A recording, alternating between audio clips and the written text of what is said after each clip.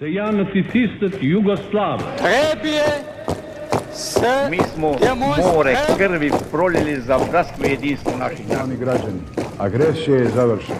Mir je nadvladao. Hoće gospodin Karadžić više niko, neće više niko možda u Srpsku. Republika Hrvatska proglašuje. Nemojte da mislite da nećete odvesti Bosnu i Hercegovinu u pakao. Hello, dear listeners. This is Jakub Horvat from Balkan Chronicles, and we are again doing an English-speaking episode because we have an expert on Balkans with us. You know him. You have liked his episode on the protests in Serbia, which were still ongoing in August, and they are still ongoing now when we are recording this in November. But this is not why we are meeting today with Filip Ilanković. Today we are discussing a different topic, which is very important and very current, and it's concerning the Serbian energy sanctions, or more precisely the sanctions on Serbian refinery in Nis. But I would say I would leave this to our expert to explain it in much more detail. Please, Filip. Hi, Jakub. Thank you for inviting me again. I'm looking forward to this discussion that we planned for some time now. And just at the beginning, I just want to say that, just a minor correction, it was not only against the refinery, but against the company as a whole. Because Serbian oil company NIS, it's under majority ownership of Russian firm Gazpromneft, which is actually under the US sanctions. So if we observe it through that lens, it means that Serbian oil sector is not under the sanctions directly. So it's basically between two fires. So unfortunately, a little country is in that situation. But as we can see now in the European energy sector and policy making, it's quite conflicting, because also European Union is having some moves. They're banning Russian gas imports. They're giving very short-term dates. But government of the US was, I would say, more flexible in that way. They announced that they will impose sanctions on Gazpromneft, which is not only operating in Serbia, it's also operating in some other countries, for example, some Turkey countries. It has some majority shareholding there in their companies. But what's important here in this story is Serbia, so I'll just stick to that. Basically, the whole context is that Russian company Gazpromneft bought NIS, so Serbian oil company, in 2008, which was basically previous democratic regime that ruled Serbia, and it was the era of privatization. So basically, in those years, I would like to say that everything was sold. So even what was not for selling, everything was sold. At that time, they justified this move with basically saying that NIS was in a very difficult economic situation. The economic crisis hit in 2008. Maybe we didn't have some enough experts to lead the company, and so on and so forth. And therefore we needed the help from the Russians, which are highly experienced in the energy sector. So they sold majority of the shares to the Gazpromneft for 400 million euros, which, if you observe it from today's standpoint, is pennies and is pocket money basically for big companies, and it was a bad move. But from that perspective back then, nobody could say that, for example, US and Russia relationship would be so bad in 2025. No one would say that full-scale invasion or war in Ukraine could happen in 2022. So these are some events that came more than a decade later, and it could not be predicted. So politicians back then, I would say, made very reasonable move to sell it, to give it to the Russians to basically help for the company to grow. And actually they did. So that's important to emphasize. NIS is one of the largest contributors to the Serbian GDP and to Serbian budget. So they contribute more than 10% of Serbian budget. And also NIS controls more than 70% of the Serbian domestic oil market. So it's very significant. I believe that Serbia still has some, as in Serbian state still retains some shares in the refinery. What is the government's share company? Yes, currently it's more than 30%. However, Russians are currently having 56%. So again, majority, and they can impose their decisions. The rest are minority shareholders, some companies, private equity holders, so on and so forth. This is always an issue with major companies which are or were state-owned. Our listeners from Slovakia are very aware of the situation in Slovakia. The only refinery in Slovakia, Slovnaft, which was before the 1990s, it was called Apollo or Apolka, as we called it, and it was sold to MOL, a Hungarian energy conglomerate, around a similar time. I think it was in 2006, and now it's 100% owned by MOL. And for example, Croatia sold its INA company to MOL around that time as well. Well, at that time the governments were interested in some quick cash. It was around the time of financial crisis, and these major strategic industries where energy was cheap. Well, they didn't think it very much through. Everything seemed too positive, and they were happy to sell it to someone experienced, some private company with better practices in running things than government. But once you give up ownership, well, it's hard or very, very expensive to get it back. Yes. Next to impossible. Very much, and that's the situation where Serbia is now, actually, between the two fires, and one fire is much more hotter than the other. But what I would emphasize is that you said that they are in the ownership of MOL. Well, that helps the cause because Hungary is also an EU member, and it's very difficult to have this tense situation between the EU members, as it's now geopolitical. We have geopolitical issues on a broader level. So Russia was never expected to be a member of the European Union or in any way be so strongly connected with Europe. Yes, it always had a strong energy relationship with the European continent. It sold its cheap energy. However, these kind of things could be anticipated to some extent only because of the one reason. In my opinion, it's not wise to sell your strategically important companies, such as energy companies, because energy is a necessity like a water. So if you run out of energy, basically the whole economy shuts down, the industry shuts down. It's very difficult to survive that period. So that is why from this standpoint, and even from the standpoint of 2008, it's not a good decision to privatize such a big and meaningful company.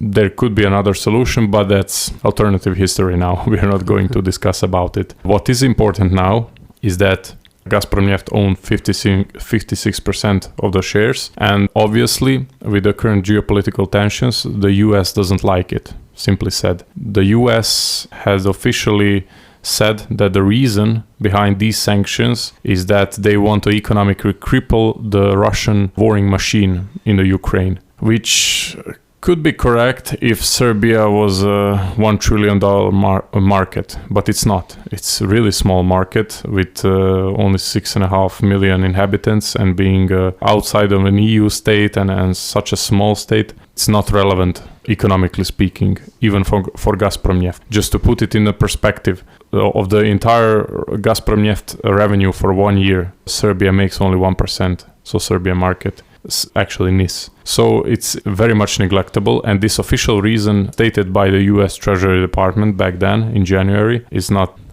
suitable. It's not true. What I would say is that the real reason behind it is to push any Russian influence out of the European continent. So it's either to completely eradicate it or to lower it to the bare minimum. Right now, the only industry in Serbia where Russia has a strong footprint and strong control is energy sector. So basically, Chinese have much more influence, for example, in investing in Serbia, for example, in infrastructure or in mining industry. But if you observe energy industry, so oil and gas, Russia is the biggest player. As concerning oil, they only have a role playing in NIS as a company, as an owner of the company, basically, majority owner. So they can impose decisions. However, NIS a long time ago diversified its oil supply, and basically all of the oil basically that is important comes from JANAF, which is Croatian oil pipeline coming from Adriatic Sea. And the majority of the oil imported there is of Iraqi origin. So it's not Russian origin. We cannot say that, Serbia is reliant on Russian cheap oil. It's not true. However, what is true is that Serbia imports much of the Russian gas and has Russian gas infrastructure in its energy sector. So it's very much dependent on that. And it's very much important in this conversation as well, because it influences some decisions of some decision makers that can be made in the future, but probably they won't, because they're a last resort that could be used to tackle this issue. Yes, and as you said, the important thing is Serbia is not EU member state, and for them to diversify their gas supply to power up their power plants to get the heating and use the heat for the chemical processes that are required or for agriculture. Well, it's not something that is happening overnight. They don't have access to sea, so they cannot get liquefied natural gas simply, and so it would be very difficult thing for Serbia if Russian gas was suddenly stopped. And Serbia is an interconnector as well. The gas supplies run through Serbia also to Bosnia and Herzegovina. So if those are stopped, much of Bosnia will be shut down as well. Yes, and it's not only in gas but in oil as well, because NIS, Serbian company, also exports much of its quantities in Bosnia and Herzegovina, where it has its oil pumps basically everywhere. So it's also a question of the region. And I would argue that by doing this, the pressure is not only put on Serbia, but also in Republika Srpska and on its leadership, if I may say former leadership now, because it was exceptionally pro-Russian oriented in the eyes of the Westerners. So it may be killing two birds with one stone. That kind of situation. As you said, probably US is basically playing a very strong hand, forcing out Russian energy interests in Europe and very much replacing it via American interest. Yes, with their more expensive LNG.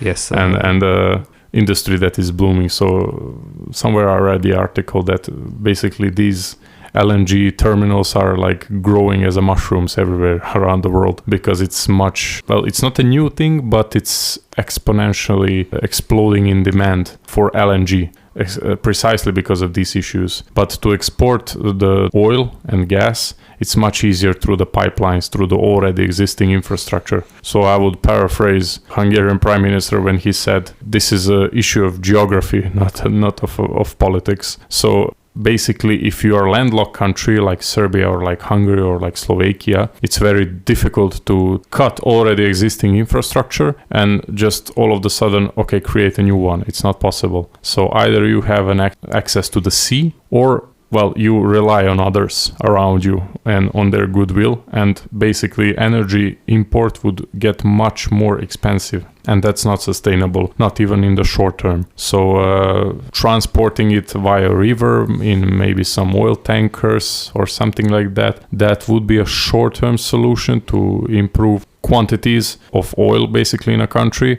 and that could be one of the solutions for Serbia, because they basically will run out of oil in following weeks. And what's the official estimation is that on 25th of November, the main Serbian oil refinery in Pančevo, it will cease to operate, to work, because it basically has no crude oil to refine. And that's a huge issue, because a lot of people work there, a lot of families to feed, and what will state do? On the other hand, state officials often point out that, we have a very good cooperation with Russians and very good communication. They are ready to solve this issue and these kind of things, but realities show differently. So they're often encouraging us to do the right thing, to stay calm, to stay put, to wait, and they will somehow figure it out. But at the moment, sanctions are in place after being postponed many times. So since January, they have been postponed and finally entered into force on 9th of October in the morning.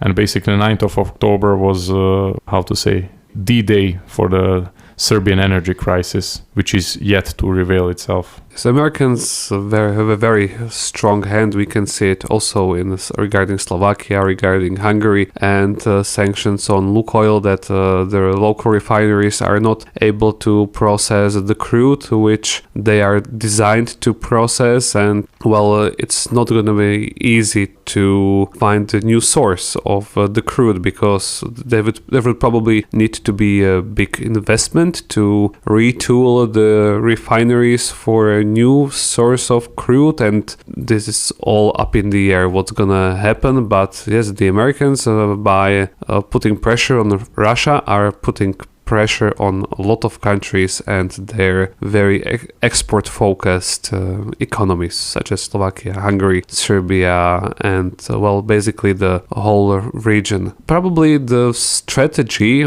we are talking mainly about Serbia, was that to somehow wait it out. That let's wait for a couple of years. Maybe these things will disappear. Ukrainians will make peace with Russians, and Americans will do their thing kind of with Russians, and things will come back to normal. Well, they did not, and maybe it will not be better for coming years. Who knows how many years? Well, as you said, US has imposed sanctions on NIS in January. They applied waivers to those sanctions. So basically, like raising a finger, like warning finger to Serbia, do something about it. Yeah.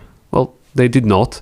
And now the sanctions are in full force, and they are making their very nasty effect. Actually, what are the options? What can Serbia do? There was one option, and it's already used, but it's proven not to be useful. Gazprom Neft made some move in August, and I see it as a move to resolve this issue, but it was not resolved. So basically what Gazprom did is that they transferred 11% of their shares to their subsidiary, Intelligence. So it's St. Petersburg company, basically dealing with, I think, finances and these kind of things. So it's, again, their subsidiary, but they hope that the sanctions won't take place if they basically diversify their shares within the company. So in this way, the Russians don't have, the Gazprom Neft doesn't have more than 50% of the votes, but de facto they do have with their subsidiary company. This was not proven useful, not as a solution, and nevertheless US still imposed sanctions, as it warned many times before. As you point out, strategy to wait, it was very bad strategy. If one could observe everything what happened since January to October, basically it was only talking that okay, in 3 months there will be sanctions. Okay, then they again got postponed, and again in 3 months there will be sanctions. And just like you said, it's like Americans are waving their finger and warning, but nobody's listening. So that's why I think they announced that in September there will be no new postponement, and on October the 1st the sanctions will take place. Swiftly before that, Vučić met with Rubio, State Secretary of the US, and sanctions were postponed again, but only for 8 days, which means that on October 9th in the morning, the sanctions will take place. However, I have a feeling that within Serbian society and decision makers, they couldn't believe that something like this will happen even on October 9th, as the US said. But nevertheless, it did happen. And again, I'm strongly convinced that Serbia still doesn't have any solution. Serbian authorities are somewhat relying on some solution that Russians can offer or US can offer, and there were some rumors that Russians are willing to let US origin oil to basically occupy the market, or even to sell some shares to the US companies, but these were rumors. I don't think that's possible given the current situation. Why would the US then impose sanctions? Why would Russia decide to sell to the US companies and not to the Serbian companies? Because that's the main issues. Serbian government offered to buy it out, not officially, but again, rumors. But it's easiest move, because if you transfer this 11% that currently this intelligence company holds, if you transfer it to the money, to the dollars, you get somewhere around 120 million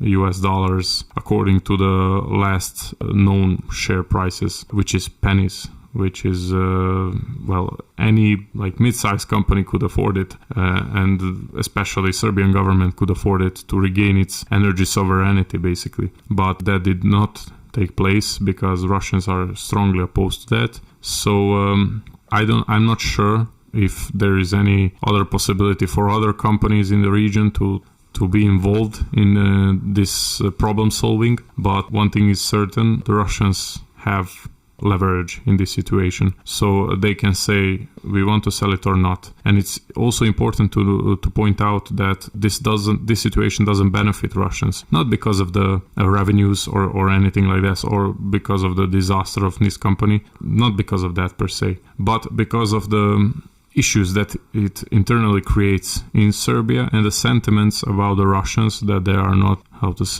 they do not want to help Serbia by resolving this issue. So they need to maintain their positive image about Serbia's big brother, if I may call that, and they basically need to resolve this issue somehow. It's difficult to see how it will end. Some sort of compromise needs to come out of it, but it seems that Americans aren't even happy with the compromise. They just, from what I could read, they just desire complete annihilation of Russia in energy sector on the Balkans and on Serbia as well. So, and that's followed with a more wider sanctions on Lukoil, for example, where also Lukoil has some share in the market, Serbian energy market, but it's a minor issue because already some other company from Cyprus bought Lukoil Serbia. So it's a resolvable issue. It's not resolvable so easy for example, Bulgaria, because they have refinery, which is under Lukoil control, and it's much more complicated. But for Serbia, it was definitely a solution. What is also an issue here is that it's a unique situation. I couldn't find any precedent on this. I could find only some companies, for example, Indian companies that also have dealt with the Russians and are under the sanctions. I also found some short-term solutions, but it's only a logistical and operational question, technical questions. So, for example, I don't know if people know this, but if you are under US sanctions, you cannot pay by your Visa or MasterCard on petrol stations. So you must use cash or some other payment method. So basically, then this SWIFT payment system is banned. You cannot do that. And citizens feel it every day. For example, when they go to get their diesel or petrol, never mind, yes, and they cannot pay. We don't realize it, but yes, because US sanctions mean that no entity based in US cannot make any sort of trade with this company. And yes, the card companies which issue all of our credit cards are based in the US. Yes, indeed. So yes, you will not be able to pay. And it's not only that, it's just to fill that up. It's also with the other financial institutions. So, for example, European banks, if one company, for example, NIS in Serbia, is under the sanctions, US sanctions, no other company dares to do business with that company in any way. So basically either providing loans or giving any financial services or advisory service or anything, basically, because that company is isolated. So NIS right now is isolated, and the only banks that want to cooperate with NIS are domestic Serbian banks, which are actually, one is state-owned and one is privately owned. But already these two companies have received threat from the US Treasury Department that they will also be a subject of sanctions. Secondary sanctions. Yes, if this continues. So no sane leadership of the one company would ever want to have cooperation with company that is under the sanctions. So it's not only about the payments and these kind of things. Basically now the NIS is bleeding and it's very difficult to repair it.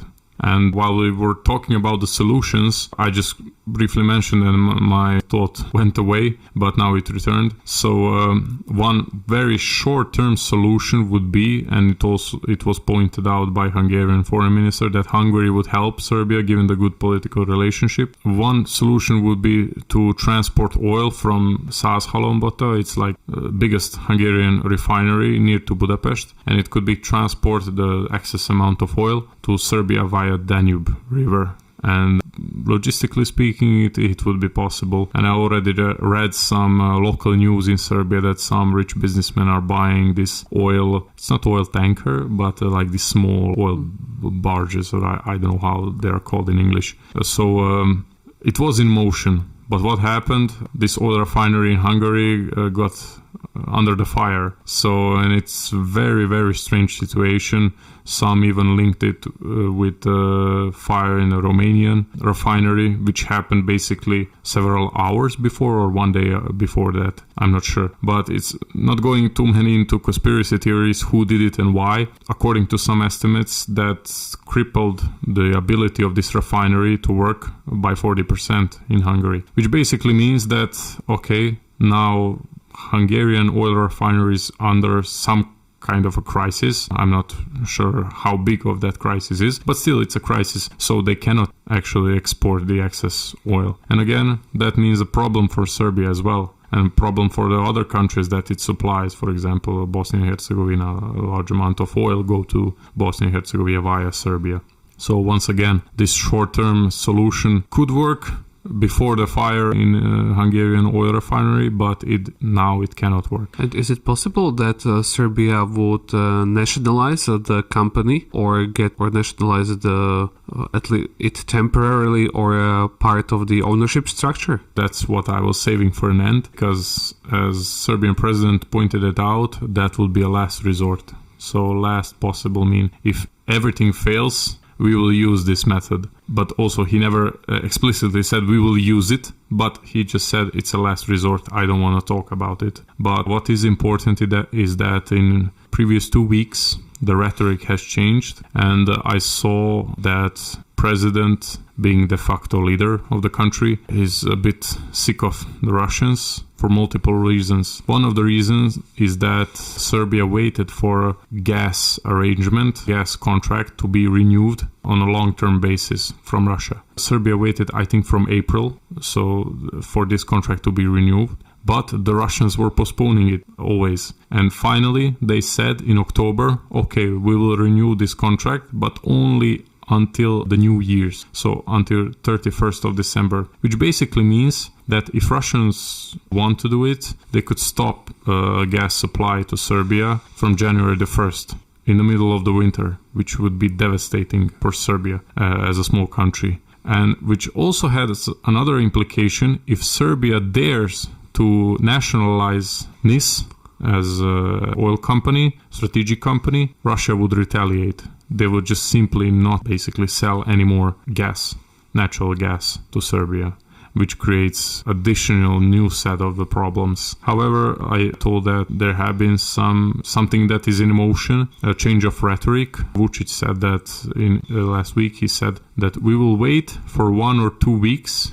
If nothing happens, so if they don't come up with proposal, we will take matter into our own hands. What that means, that's left for interpretation, but there is only one thing Serbia can do, that's nationalizing this company, which would have huge consequences for Serbian-Russian relationship, which I think no government in Serbia can afford, given the strong historical and cultural ties and the strong support of basically Serbian public opinion towards Russia. So I think this is highly unlikely to happen. But again, President made an official statement that something will happen in the next 2 weeks. So hopefully by the time this interview gets out, there will be no spoiler and the government will not be faster to react. But yes, if it happens, let it be so. The only important thing is that all sides come to an agreement. I very much hope so. Well, Serbs have always been able diplomatically or somewhere behind closed doors to pretty well manage the relationship between the great powers or middle powers or regional powers, either for their benefit or at least not to end up on the bad side of anyone. So let's hope this will be the same kind of story. Well, nationalization, it brings loads of bilateral issues. Obviously, with Russia, it would destroy the relationship with other Russian companies as well. When Russia, a lot is state-owned, or maybe not directly, but practically state-owned. So this would destroy the relationship between the two countries. And I think somewhere down the line, it will come to court. The Russians would sue Serbia for the loss of profit or something along that lines, and Serbia would pay heavily for it sometime later. That's wild guessing. If it comes to that, hopefully it won't. However, one thing I forgot to mention is that it's important that Vučić many times repeated that Americans forced Serbian authorities to nationalize as a solution. So he emphasized that it was the American idea that, okay, you either have two options, either we sanction you or you nationalize it. In his own words, Vučić said that he's never going to do it. But he said many things that he's never going to do them, but he still does it. So that remains an open question. We'll follow up and hopefully it would resolve without major diplomatic concussions, which would be beneficial for the US and Europe, especially for the Serbian EU pathway. It would be much beneficial to give up any kind of positive relationship with Russia. But again, knowing the Serbian mentality and knowing the Serbian politics, it would be very difficult to distance itself from Russian influence. Well, these are the unfortunate results of very unfortunate times when you have a war in your immediate neighborhood. We are experiencing, all of us, this for the first time in our generation, and we can only hope for the best and manage the damage control. First, in Serbia, the risk of damage is pretty significant. Yes. Among other crises that is Serbia dealing with right now, as we talked in previous podcasts about protests, some internal issues, political issues in Serbia, also external issues with international relations, with the European Union pathway, accession, and so on and so forth. So Serbia is dealing with a lot. I would say Serbian government at the moment, so because they are the ones responsible and the decision makers. They have a lot on their mind. They didn't need this kind of situation, but they ended up in it. It is additionally making it worse is the European Union new proposed laws about banning Russian energy imports by 2028, if I'm not mistaken. So totally banning it, it would be very difficult. Maybe there will be a solution to find some exemptions because Serbia is not in the EU. It only has Bulgaria as a transit country, and Bulgaria can offer transit of that energy, but of gas, natural gas, but it still remains an open question for European decision makers and to see how strong Serbian lobby is in Brussels and in Washington, D.C. I can say, wish us all luck. Thank you, Filip, very much for coming to yet another of our episodes and for such an in-depth discussion, this time on a completely different topic. Well, the issue is we do these discussions and these are long-term issues, so, well, we will have to do follow-up episodes on both of them in a couple of months' time, maybe next year, to see how they turned out, or do something completely else and totally interesting. I would be happy to do that. Thank you. Thank you for appearing, and goodbye, everyone.